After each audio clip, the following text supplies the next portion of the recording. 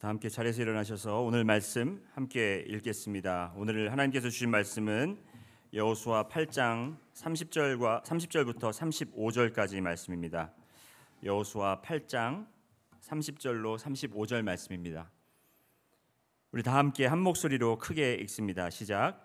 그때 여호수아가 이스라엘의 하나님 여호와를 위하여 에발산에 한 제단을 쌓았으니 이는 여호와의 종 모세가 이스라엘 자손에게 명령한 것과 모세의 율법책에 기록된 대로 쇠 연장으로 다듬지 아니한 새 돌로 만든 제단이라. 우리가 여호와께 번제물과 화목제물을 그 위에 드렸으며 여호수아가 거기서 모세가 기록한 율법을 이스라엘 자손의 목전에서 그 돌에 기록하매 온 이스라엘과 그 장로들과 관리들과 재판장들과 본토인뿐 아니라 이방인까지 여호와의 언약궤를 맨 레위 사람 제사장들 앞에서 궤 좌우에 서서 절반은 그리심산 앞에 절반은 에발산 앞에 섰으니 이는 전에 여호와의 종 모세가 이스라엘 백성에게 축복하라고 명령한 대로 함이라. 그 후에 여호수아가 율법책에 기록된 모든 것대로 축복과 저주하는 율법의 모든 말씀을 낭독하였으니 모세가 명령한 것은 여호수아가 이스라엘 온 회중과 여자들과 아이와 그들 중에 동행하는 거류민들 앞에서 낭독하지 아니한 말이 하나도 없더라. 아멘. 우리 자리에 앉으시기 바랍니다. 제가 지난주에도 잠깐 설명드렸는데 우리 여호수아를 여러분들께서 잘 이해하시고 또 여호수아에 대해서 여러분이 잘 아웃라인을 잡으시고 이제 이게 어떤 내용인가를 아시려면 그 각 장에 소개된 인물이나 아니면 그 지역을 여러분이 그림을 가지고 그려가며 기억하라고 제가 소개를 드렸습니다. 1장은 여러분 기억하시는지 모르겠는데 1장의 인물은 누구죠? 당연히 여호수아겠죠. 여호수아서니까. 여호수아는 물론 여호수아서는 역사책이지만 우리가 여호수아서를 볼 때 복음서라고 바라봐도 너무나 그것이 가하지 않은 말이라고 저는 그렇게 여깁니다. 누가복음, 마태복음, 마가복음처럼 여호수아 복음서라고 해도 가언이 아니라는 말씀입니다. 왜냐하면 이 여호수아에는 복음적 내용이 담겨 있고 그리고 장차 올 그러한 사건들에 대해서 미리 하나님께서 여호수아 그리고 또 이스라엘 백성들을 통해서 우리에게 알려주고 계시기 때문이라는 것이죠. 그래서 여호수아는 이제 새로운 모세를 이어가는 새로운 리더지만 모세가 만약에 율법을 그가 상징한다고 하면 여호수아는 바로 그 율법을 완성하는 그리고 율법의 약속을 이제 지켜가는 그러한 사람이다. 곧 말해서 우리가 율법에 이끌려 왔으나 이제 예수 그리스도를 통해서 우리는 언약이 성취되는 것을 알 수 있듯이 여호수아는 그렇게 예수 그리스도를 설명한다, 미리 보여준다라고 말씀을 드렸습니다. 2장에 소개된 인물은 누구죠? 라합. 그렇습니다. 라합입니다. 라합은 기생이어서 정말 죽을 수밖에 없었지만 그가 하나님에 대한 말씀을 듣고 믿고 순종하고 자기의 생명을 거기에 맡겼기 때문에 그는 구원을 얻었고 그의 모든 가족들도 구원을 얻고 심지어 그는 나가서 그의 이름이 예수 그리스도의 족보에 기록되는 놀라운 영광을 얻었던 것처럼 여러분과 저도 라합처럼 그렇게 정말 저주받은 인생이었지만 주님 예수 그리스도를 믿고 우리도 생명책에 여러분의 이름이 기록되는 놀라운 역사를 우리가 받았다고 말씀드렸습니다. 3장은 우리가 요단강이라는 그 강에 대해서 설명을 드렸습니다. 그리고 4장, 시간이 지난주도 제가 했으니까 이걸 다 일일이 말은 하지 않겠습니다. 그리고 4장에는 길갈이라는 장소, 여러분 기억하시죠? 그 길갈에 12돌을 세우는 그러한 모습이 그러한 장면이 소개되고 있습니다. 물속에 정말 덮여서 빛을 볼 수 없는 그 돌들을 꺼내다가 이제 세워놓고 하나님의 하신 일을 기념하여 너희 자녀들에게 가르치라고 말씀하신 것처럼 그 12돌의 의미를 우리가 이 4장을 보면서 기억해야 될 것이고 또 5장에 들어와서는 그 같은 길갈에서 할례를 행하게 합니다. 전쟁을 앞두고 할례를 행하면서 정말 우리의 싸움은 우리의 것이 아니라 하나님의 것이다. 다만 여호수아가 하나님의 군대의 장군을 만나죠. 그러면서 당신은 나의 편입니까? 아니면 적의 편입니까? 했을 때 나는 여호와의 편이다. 곧 우리는 하나님을 나의 편으로 삼는 것이 아니라 내가 하나님의 편에 서야 한다라고 말씀드렸습니다. 그리고 6장에서 여리고성이 무너지는 것을 우리가 그 사건을 기억하시고, 그리고 7장 지난주에 말씀 나눴던 것이 바로 아골 골짜기입니다. 아간의 그 숨겨진 죄 때문에 하나님께서 이스라엘 백성들이 정말 그 아이성에게 패배를 당하고 그 아골 골짜기에서 그의 죄가 드러나고 그의 죄가 거기서 죽음으로 해결된 것처럼 우리의 모든 죄도 예수 그리스도께서 다 짊어지시고 우리를 대신해서 죽으셨기 때문에 우리가 죄를 용서받을 수 있었다라는 그러한 내용을 알려드렸습니다. 오늘 8장에도 여전히 장소가 등장합니다. 이 장소는 쌍둥이 산이라고도 불리우는 에발산과 그리심산입니다. 따라해 보실까요? 에발산 그리고 그리심산입니다. 자, 이 산들이 왜 쌍둥이 산이라고 불리는지 여러분 이 그림을 보시면 이해하실 수 있을 것입니다. 거의 비슷한 높이의 비슷한 이 크기의 산이 두 개가 이렇게 나란히 서 있습니다. 이 두 개의 산이 중요한 이유는 바로 한 개의 산은 하나님의 저주를 상징하고 또 다른 한 산은 하나님의 축복을 상징합니다. 모세가 가데스바네아 땅에서 신명기를 설교하면서 본인은 이제 약속의 땅에 들어갈 수 없지만 이제 약속의 땅을 앞두고 약속의 땅에 들어갈 백성들에게 그가 이제 명령하기를 너희들이 요단강을 건너 그 땅에 이르거든 세겜에서 이 두 산 앞에서 이 아벨산과 그리고 그리심산 앞에서 너희 백성들을 둘로 나누어서 거기에서 저주의 말씀과 율법에 대한 말씀과 축복에 대한 말씀을 다시 상기시켜라라는 명령을 하게 되는 것을 우리가 신명기 27장에서 볼 수 있습니다. 그런데 오늘 33절 말씀에 그 내용이 잠깐 짧게 기록되고 있어서 우리 33절 말씀 한번 다시 보시겠습니다.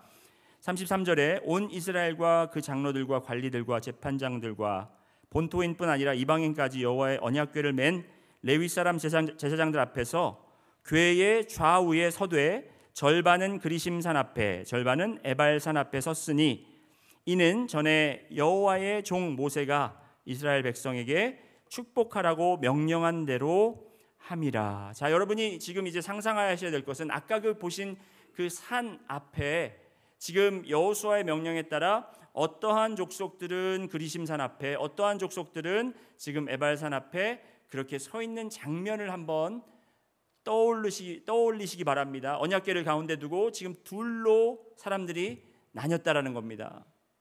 여러분 이 장면을 우리가 상상할 때 신약에서 한 구절 예수님의 비유가 떠올라야 하는데 바로 그것은 마태복음 25장에 나오는 예수님께서 마지막 때에 심판날에 이르렀을 때에 하시는 여러 가지 비유 중에 염소와 양의 비유를 우리가 생각하셔야 됩니다. 자, 마태복음 25장 32절 말씀 한번 다 같이 읽어보실까요? 시작. 모든 민족을 그 앞에 모으고 각각 구분하기를 목자가 양과 염소를 구분하는 것 같이 하여. 자, 이것은 정말 하나님께서 앞으로 심판의 날을 우리에게 보여주시는 겁니다. 미리 프리뷰해 주시는 겁니다. 우리가 심판 날에 두 분류로 사람들이 나뉠 것입니다. 한 그룹은 하나님께 축복받은 자, 천국에 들어갈 수 있는 자들과 그리고 다른 분류의 사람들은 저주받은 자, 하나님의 천국을 들어가지 못하고 지옥불에 던지워질 자. 여러분 지금 오늘 이 성전에 앉으시면서 여러분이 오늘 의자의 어레인지먼트가 좀 바뀌었다라는 거 느끼셨나요? 눈치도 못 채신 분들 계실 거예요. 그냥 무조건 앉으니까 그 자리가 내 자리인가 보다 했는데 원래 이게 세 칸이 있었는데 지금 두 줄로 나뉘죠. 제가 일부러 여러분 한쪽은 저주받은 자, 한쪽은 축복 아닙니다. 시청각 교육을 하기 위해서 제가 그렇게 한 것이 아니고 우리 뒤에 보시다시피 아름다운 강단 위에 꽃이 있기 때문에 가운데에 자리가 있으면 보이지 않을까봐 그래서는 아닌 겁니다. 오해하지 마시기 바랍니다.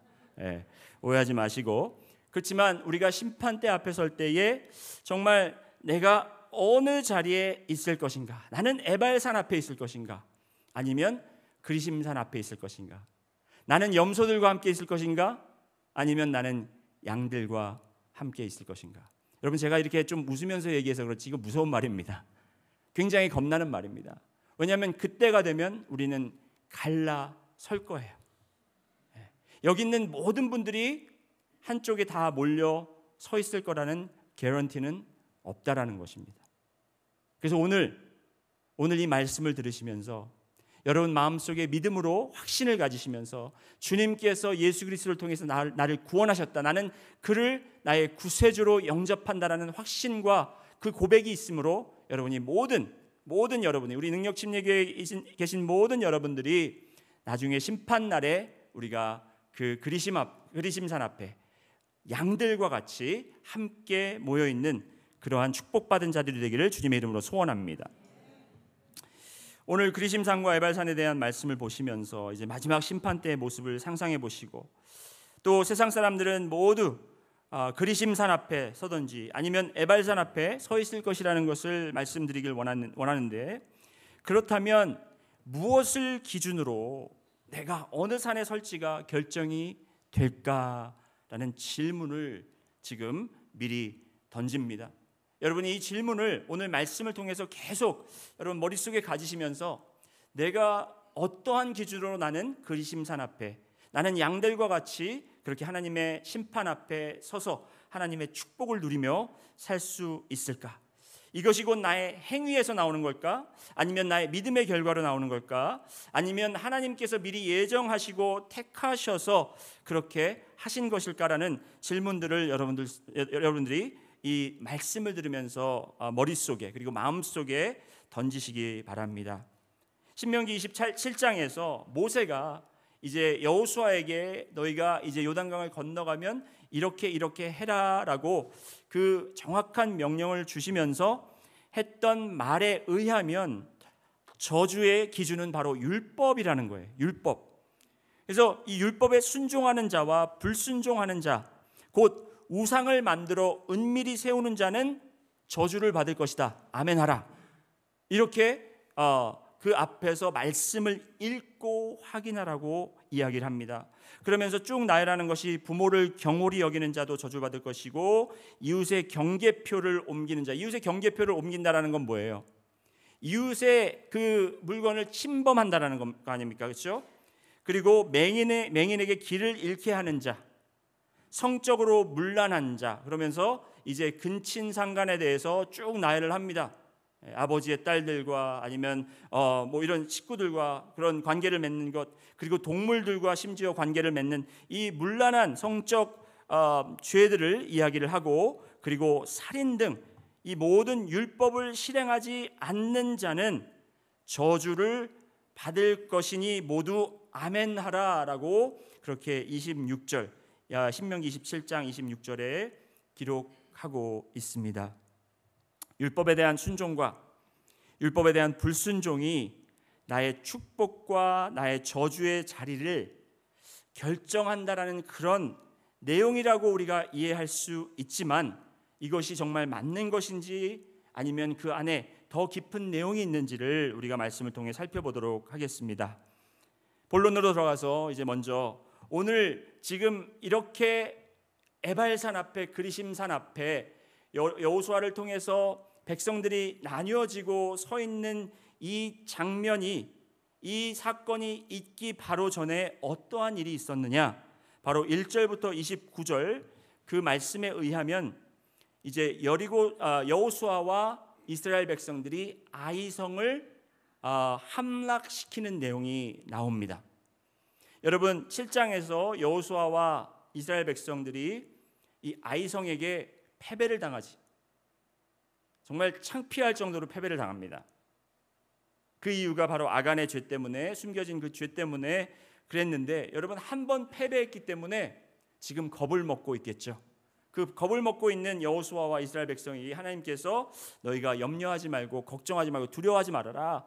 내가 이 성을 반드시 취할 것이다. 하나님께서 약속하시고 명령을 하시는데 이제 이 아이성을 점령하는 이 이야기는 여리고성을 점령하는 것만큼 흥미롭지가 않아요. 재미가 없어요. 그렇기 때문에 그 어린아이들이 보는 그 베지테일이라는 프로그램 있죠. 거기에서 그 여리고성을 함락시킨 그 내용은 아주 재밌게 영화를 만들어서 그렇게 나오는 데 비해서 아이성에 대한 것은 언급이 없습니다. 그만큼 재미없다는 거죠. 재미없지만 이것 또한 하나님이 역사하신 것이고 놀라운 하나님의 기적이라는 것입니다. 그래서 제가 짧게 어떻게 여호수아와 그 군대가 아이성을 함락시켰는지를 설명을 드리고 오늘 배경을 여러분이 잘 아셔야만 오늘 말씀과 연결시켜서 오늘 말씀을 이해할 수 있을 것입니다. 이제 여호수아는 어떻게 했냐면 군사 3만 명, 용맹한 남자 군사 3만 명을 뽑아서 그들이 아이성 뒤쪽으로 가게 해서 그곳에서 매복하게 시킵니다. 그 처음에 싸웠을 때는 몇 명이 갔죠? 아이성을 점령하기 위해서 3천 명이 갔는데 그 10배나 되는 사람들을 뒤에서 매복시킵니다. 그리고 이제 여호수아가 이끄는 몇 명의 이제 군사들이 아이성을 쳐들어가는데 아이 군사들이 이 여호수아와 이스라엘 백성들의 군사를 보고 저놈들이 또 왔구나. 우리가 가서 또 혼꾸녕을 내주자. 혼쭐을 내주자. 그래서 나가서 싸울 때 여호수아가 우리가 지난번처럼 패배하는 것처럼 우리가 지는 척하면서 도망을 가자. 그러는 거예요. 우리가 도망하면 먼저도 그랬듯이 우리를 잡으러 그들이 쫓아올 거 아닙니까? 아이 군사들이, 그렇죠? 어린 아이가 아니에요. 그냥 아이성의 군사들이라는 거예요. 여러분이 지금 듣고 계시나 안 듣고 계시나 제가 확인시켜 드린 겁니다. 이 아이 군사들이 쫓아오면 그 성 안에 남자들이 없잖아요. 그렇죠? 그럴 때 매복하고 있던 그 군사들이 와서 그 성을 치고 그 성에서 불이 나고 막 이렇게 연기가 나는 걸 보고 아이 군사들이 돌아섰을 때는 이미 늦었죠. 그들은 앞에서 뒤에서 좌에서 우에서 포위가 돼서 그들은 이제 다 죽게 되었던 것입니다. 자, 여리고성을 함락시키는 내용의 말씀을 전할 때도 제가 분명히 나눴지만 오늘도 여전히 그냥 넘어갈 수 없는 이야기를 꺼내야만 합니다. 그것은 바로 학살이라는 내용이에요. 학살. 우리가 성경 말씀, 여러분이 오랫동안 교회에서 생활하신 분들 같은 경우는 이런 말씀을 듣고 아멘 하고 정말 놀라운 승리다 이렇게 이야기할 수 있겠지만 어떤 분들은 이러한 말씀을 볼 때 이 학살 때문에 하나님께서 잔인하게 하나님의 백성들을 통해서 다른 사람들을 죽이게 하고 태우게 하고 그들을 정말 완전히 devote to destruction, 멸망시키는 이러한 모습을 보면서 나는 이런 하나님을 믿을 수 없다라고 생각하는 분들이 꽤나 많이 있다라는 거예요. 여러분 주위에도 그런 분들 계실 수 있습니다. 혹시 여러분도 그런 마음을 갖고 계실 수 있어요. 얼마나 잔인했는지 한번 보시겠습니다. 24절부터 말씀을 보시면 28절까지 보시면 이스라엘이 자기들을 광야로 추격하던 모든 아이 주민을 들에서 죽이되 그들을 다 칼날에 엎드러지게 하여 진멸하기를 마치고 온 이스라엘이 아이로 돌아와서 칼날로 죽임에 그날에 엎드러진 아이 사람들은 남녀가 모두 12,000명이라. 12,000명이라는 사람들을 그 자리에서 학살시켜버립니다. 죽여버립니다. 그리고 아이 주민들을 진멸하여 바치기까지 여호수아가 단창을 잡아 든 손을 거두지 아니하였고 오직 그 성읍의 가축과 노력한 것은 여호와께서 여호수아에게 명령하신 대로 이스라엘이 탈취하였더라. 이건 좀 다르죠. 여리고성에서는 아무것도 가져오지 말라고 그랬는데 여기서는 그 가축들은 가지고 올 수 있도록 그렇게 하셨습니다. 이에 28절 이에 여호수아가 아이를 불살라 그것으로 영원한 무더기를 만들었더니 오늘까지 황폐하였으며.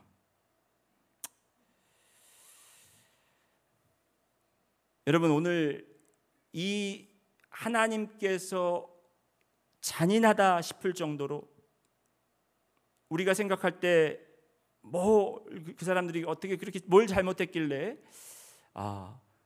그렇게까지 어린아이들, 여자들, 노인들까지도 죽이게 하셨을까?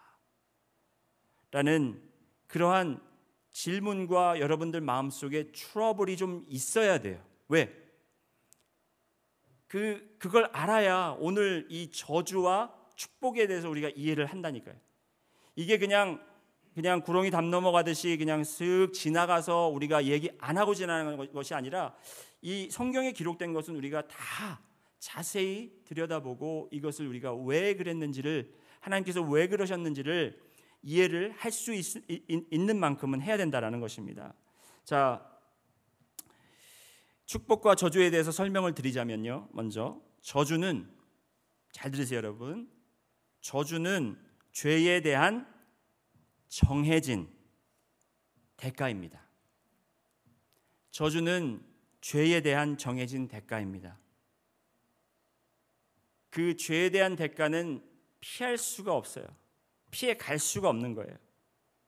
하지만 축복은 하나님의 은혜입니다. 따라해 보실까요? 저주는 죄에 대한 정해진 대가다. 축복은 하나님의 은혜이다. 이 은혜라는 게 제가 설명드렸죠. 간단하게 설명하면 받을 자격이 없는 자에게 조건 없이 주시는 게 바로 은혜라는 것입니다. 그러니까 지금 우리가 성경 말씀을 볼 때나 우리가 우리의 기준으로 모든 걸 바라본다면 우리는 두 가지 선택권이 있다고 생각을 해요. 축복과 저주의 자리를 우리가 택할 수 있다고 생각을 해요. 그게 아니라 우리 모두는 저주의 자리에 있다라는 거예요. 죄인이기 때문에 누구도 거기에 피해갈 수 없다라는 거예요. 다시 말씀드리면 축복과 저주는 선택의 여지가 아니고 모든 인간, 남녀노소 모두는 죄를 지었고 그 죄의 대가, 그 결과로 모든 인간은 하나님의 저주의 자리에 서 있게 되었다라는 겁니다. 여기 설레 저기 설레 우리의 관여가 아니고 우리는 하나님께 죄를 지었고 그 죄에서 해결할 수 없는 상태였기 때문에 우리는 그 저주의 자리에 있었다라는 거예요. 여러분, 노아의 홍수 기억하시죠? 홍수로 세상을 심판하신 하나님이 잔인하다고 생각하는 사람들은 거의 못 봤습니다. 왜 그렇게 생각하느냐?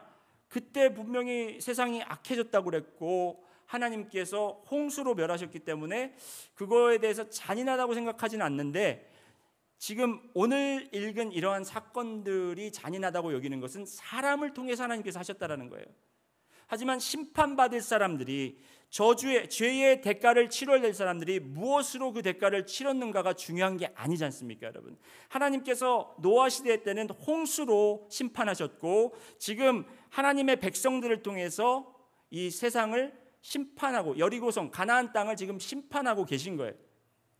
다시 말씀드리면 모두가 언제 죽어도 어느 때 죽어도 사실 우리가 할 말이 아무것도 없는 그러한 상태에 놓여진 사람들을 하나님께서 은혜로 그들을 지켜주셨다가, 그렇다고 해서 하나님께서 그들을 완전히 장님과 이렇게 벙어리와 또 귀머거리처럼 그렇게 두신 것이 아니라 하나님의 사건을 애굽 시대부터 그들이 계속 듣게 하셨다라는 거죠. 그래서 라합 같은 사람이 나왔습니다. 하나님의 말씀을 듣고 그는 믿었습니다. 그렇지만 지금 많은 사람들이 하나님의 말씀을 듣지 않았고 믿지 않았다라는 거예요. 그렇기 때문에 그들은 저주의 길에 계속 서 있는 거예요. 지금 제가 설명하는 게 좀 이해가 되시나요, 여러분?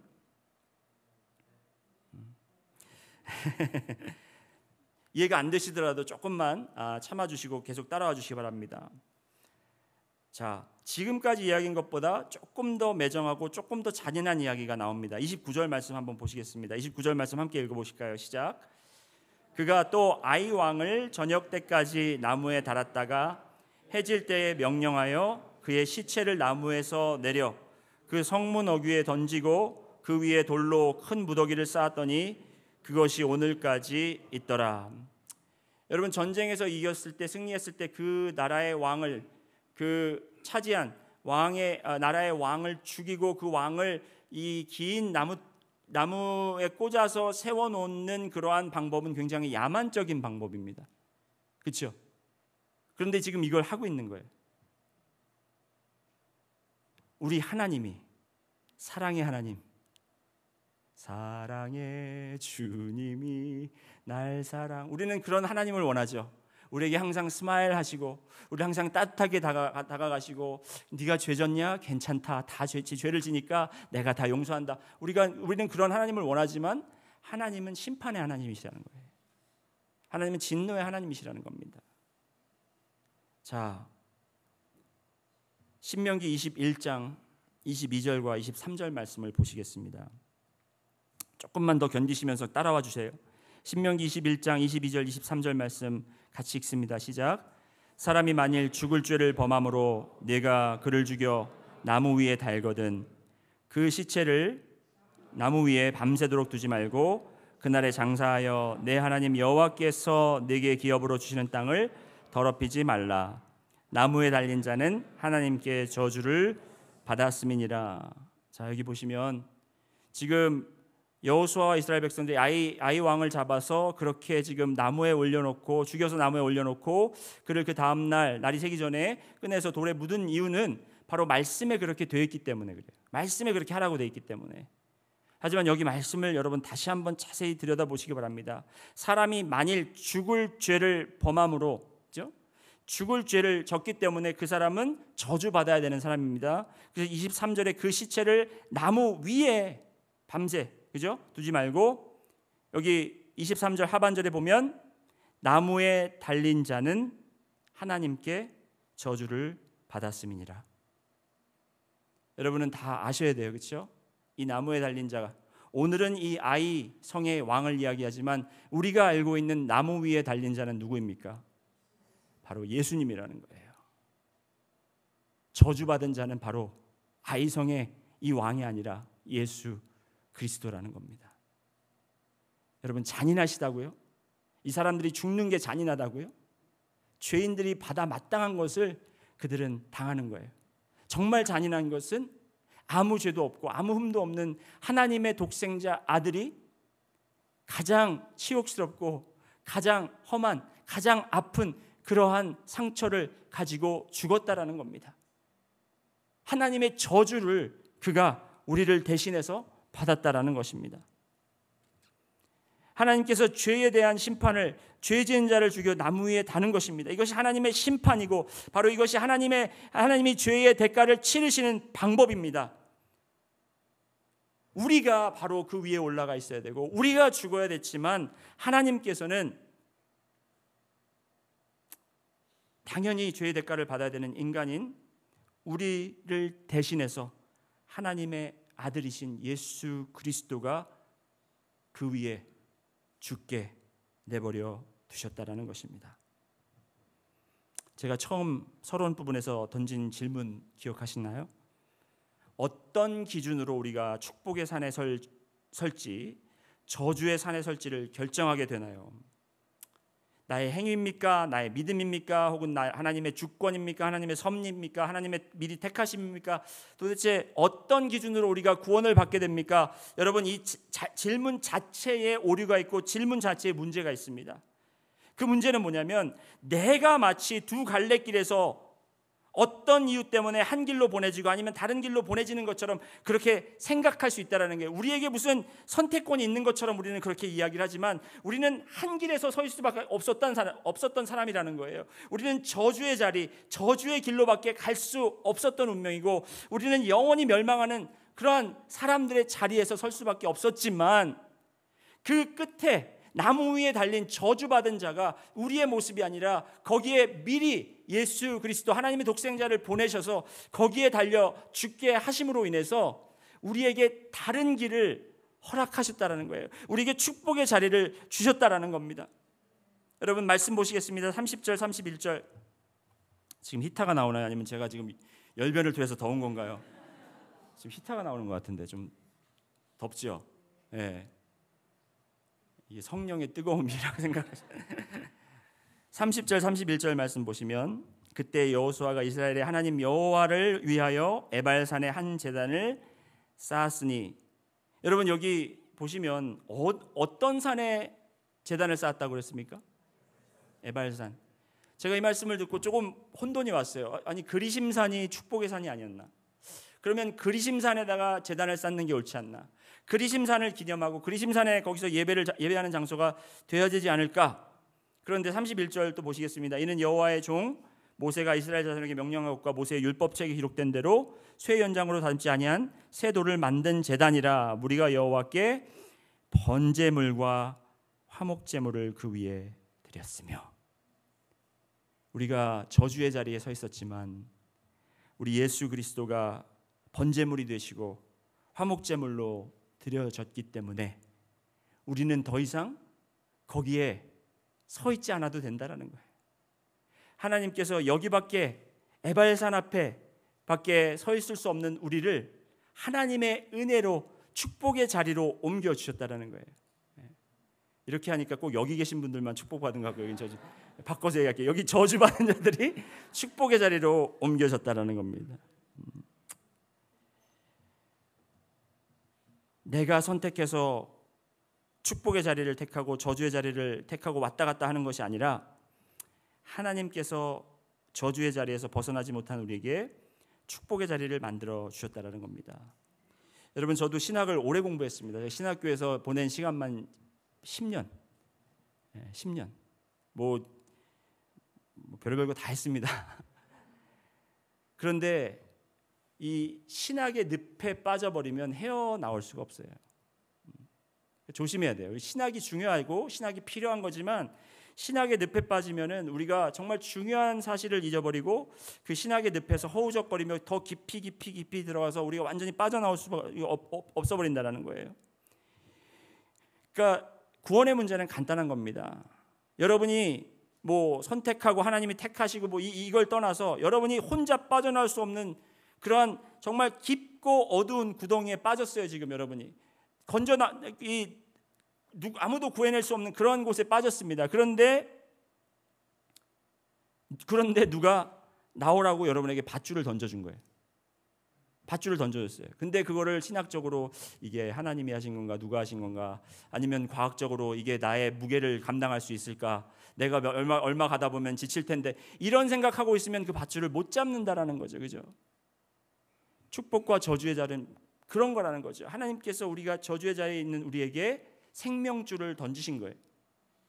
그래서 그 생명줄을 우리가 붙잡고 나오는 것이 믿음이고 바로 우리가 축복의 자리에 설 수 있다라는 거예요. 우리가 하는 게 아니라 하나님이 하신 거죠. 그렇죠? 오늘 이 자리에 계신 분들 중에 이 말씀을 지금 듣고 계신다라는 것이 바로 그 축복의 기회라는 것을 여러분이 아셔야 됩니다. 우리가 에발산과 그리심산 앞에 섰다라는 것은 우리가 하나를 택하라는 게 아니고 그것이 우리의 기회이고 축복이라는 거예요. 하나님께서 우리에게 주신 축복을 다시 한번 깨달으라는 겁니다. 여러분 중에서 아직도 예수 그리스도를 구주로 영접하지 못하신 분이 계시다면 오늘 그 서 계신 에발산 앞에서 하나님께서 세워주신 그 그리심산으로 여러분을 옮겨주신다고 믿고 확신하시기를 바랍니다. 그것이 믿음입니다. 그것이 믿음이에요. 또 다른 한 가지 교훈이 있습니다. 에발산과 그리심산에 대한 그 교훈은 무엇이냐면 바로 믿음과 순종은 함께 가는 것이라는 것입니다. 믿음과 순종은 함께 가는 것. 누가 그런 표현을 했습니다. 믿음과 순종은 동전의 앞면과 뒷면과 같은 것이다. 동전이 앞면이 있고 뒷면이 없는 동전은 완성 가치가 없는 것입니다. 그 가치가 떨어지는 거예요. 가치가 없는 거예요. 뒷면만 있고 앞면이 있는 것도 마찬가지입니다. 믿음과 순종은 동전의 앞면과 뒷면과 같은 것이고 둘이 떼어낼 수 없는 그러한 관계입니다. 하지만 믿음이 먼저라는 거예요. 믿음이 먼저. 순종이 먼저가 아니고 믿음이 먼저라는 겁니다. 믿음이 있어야 우리가 순종을 할 수 있다는 거예요. 그래서 우리는 구원을 선택하는 것이 아니고 구원은 하나님께서 하신 것이라는 것을 믿을 때에 우리가 매일매일 삶 속에서 그 율법을 지키려고 순종하는 것이 아니라 하나님의 말씀을 순종하고자 하는 그런 바램과 그러한 소망이 우리 안에 있다라는 겁니다. 우리가 무엇 때문에 아침에 일어나서 오늘 하나님 명령대로 살아야지, 내가 무엇 때문에 오늘 하나님을 정말 붙잡고 내가 하나님을 찬양하고 내가 하나님이 원하시는 방법대로 그렇게 살아야지 하고 그렇게 소원할 수 있겠습니까? 바로 그것은 주님께서 나를 구원, 그 저주의 자리에서 나를 생명의 자리로, 축복의 자리로 옮겨주셨다라는 그 믿음의 확신 때문에 내가 오늘도 올바른 그러한 길을 택할 수 있다라는 겁니다. 우리는 매일 매순간 이 두 개의 산, 에발산과 그리심산 앞에 섭니다. 여기서 여러분이 뭐 구원을 못 받고 이게 아니라 이 앞에 서서, 여러분 한번 지금 왜 모세가 이거를 요단강을 건너사라고 그랬나 생각을 해보세요. 지금 이제 약속의 땅에 들어갔잖아요. 믿음으로 들어갔잖아요. 그렇죠? 이제 들어가서 아이성을 점령한 후에 저주에 대해서 온전히 깨달은 이 사람들이 이제 그 구원의 확신을 보고 자기가 무엇을 해야 되는지를 깨닫게 하기 위해서 했다라는 겁니다. 우리는 예수 그리스도를 아멘하고 영접했다면 그것이 끝이 아니라 이제는 우리가 그러므로 예수 그리스도가 나의 구세주이시고 또 나의 주인이 되셨기 때문에, 나의 구원자시고 주님이 되었기 때문에 그가 주인 그러한 삶을 살아야 된다라는 겁니다. 이제 내가 원하는 것을 택하는 것이 아니고, 내가 바라고 내가 편하고 내가 안전한 것을 택하는 것이 아니고, 오직 주인된 하나님께서 원하시는 것을 아무리 위험이 따르고 아무리 어렵고 힘들어도 그것을 내가 추수하며 내가 선택하며 순종하며 살아야 된다라는 것입니다. 오늘 에발산과 그리심산 앞에서 하나님께서 미리 여러분을 택하셔서 이제 하나님께서 구원을 주신 것 방법으로 여러분을 그리심산 앞에 옮겨 놓으셨죠. 믿으십니까? 이제 그 앞에서 여러분이 날마다 주님의 말씀을 더욱더 사모하며 순종하며 그렇게 생활하시는 여러분이 되시기를 주님의 이름으로 축원합니다. 다 같이 기도드리겠습니다. 사랑해 주님 감사합니다. 아버지 하나님, 우리가 정말 저주받고 그곳에서 저주의 자리에서 빠져나올 수 없는 저희들을 오직 주님의 은혜로 구원해 주시고 우리에게 그 구원이라는 영생이라는 축복을 허락하셨습니다. 주님, 예수 그리스도를 통해서 아버지 하나님, 그가 저주받은 자처럼 나무에 올라가게 하시고, 또 아버지 하나님 그것을 올라간 것으로 그친 것이 아니라 그가 죽으시고 부활하시고 죽음을 이기셔서 아버지 하나님 주님 앞에, 주님 옆에 오른편에 지금 서 계신다라는 그러한 소망과 확신을 우리도 갖게 하여서 아버지, 우리도 부활의 능력을 믿으며 구원의 정말 능력에 감사하며 오늘도 순종하며 나가는 저희들 될 수 있도록 주여 인도하여 주시옵소서. 감사드리며 살아계신 예수 그리스도 이름으로 기도드렸습니다.